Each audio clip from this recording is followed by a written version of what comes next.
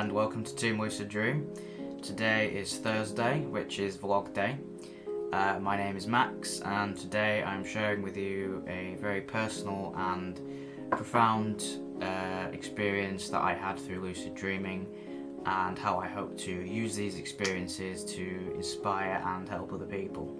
I hear voices, and I have done for a significant part of my life now. Along with hearing voices, I also see things, although that's not as common. I suffer from really bad depression, which I have done for over 10 years now. And also, I guess my relationship with reality can be a little bit shaky at times. Discovering lucid dreaming for me was really the perfect way for me to kind of live out my own reality. And I never really saw the value in the personal growth aspect of it until a couple of years ago, when I decided that I would try and seek answers as to why I had the experiences that I was having in regards to hearing voices. The one story that kind of holds the most significance for me and the most importance was when I tried to find and speak to Darren. Now Darren is a very negative voice. He's very threatening, and he tends to be quite hostile towards myself and other people.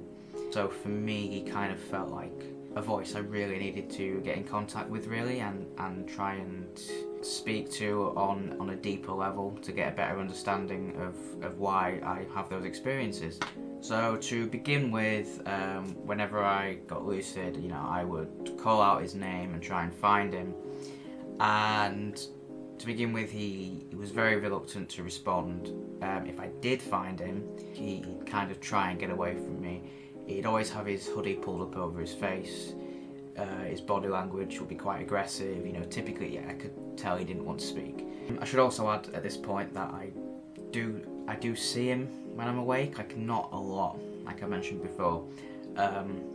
So I know what he looks like, so I know how to find him in a dream. And I had one dream where I just spontaneously became lucid, and I went searching for him, and the first room that I went into was a public restroom, and I noticed on one of the cubicle floors was his hoodie. So I approached it to pick it up, but as I got closer I realised that it was actually Darren on the floor, curled up, which was quite odd, because to see him in kind of like a vulnerable position like that was definitely something new. So I went up to him, and the first thing that came into my mind to ask him was, how can I help him? What does he want from me? And the answer that I got was that he needs me to listen to him. So I thought, okay, fair enough. And then he just completely disappeared from the floor. So I left the bathroom, and as I was heading out, I noticed that he was stood in the mirror. He was staring at me, and the only thing that I could really do was stare back at him. So for the rest of the dream, it was just me looking at him and him looking at me, and it was very strange. It's hard to kind of put into words really what that experience was like, but it was like he was seeing me and I was seeing him. There was nothing else. There was just us two looking into each other, and that was quite a profound moment, really. And I woke from that feeling quite, I don't really know how to put it into words, but I woke feeling like something had lifted, like some sort of weight had been lifted. So yeah, I mean that was obviously fantastic, but to me, I didn't feel like enough had been done. So a couple of nights later, I'm dreaming again, and it's another spontaneous lucid dream.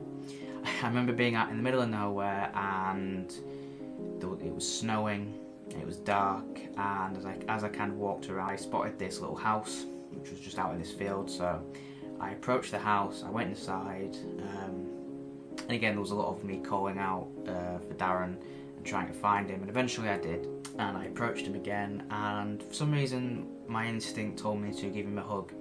So I did. I hugged him, and strangely he hugged me back, and it was very out of character for both of us.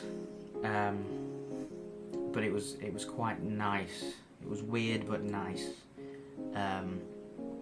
and I felt like we'd made peace, that we'd kind of, our relationship had gotten stronger from that. So the dream was kind of coming to an end, I suppose, and before I allowed it to end, I asked Darren, why do I experience him? Why is he in my life? What is he to me? And he replied that he was basically anger, and he is here to sort of protect me, I guess, from my own anger, and to protect me from things in the outside world that I perceive to be threatening towards me in whatever way. Which, you know, is a very good answer. It definitely felt right, if you know what I mean. Anger is one of those emotions that, I don't know, even as a child, there were certain emotions that I feel like I just didn't deal with them properly. So for me, I guess Darren has come along and he has helped me process that, I guess. And which makes sense because, like I said, he is a very angry, very negative, very sort of, he is that kind of person.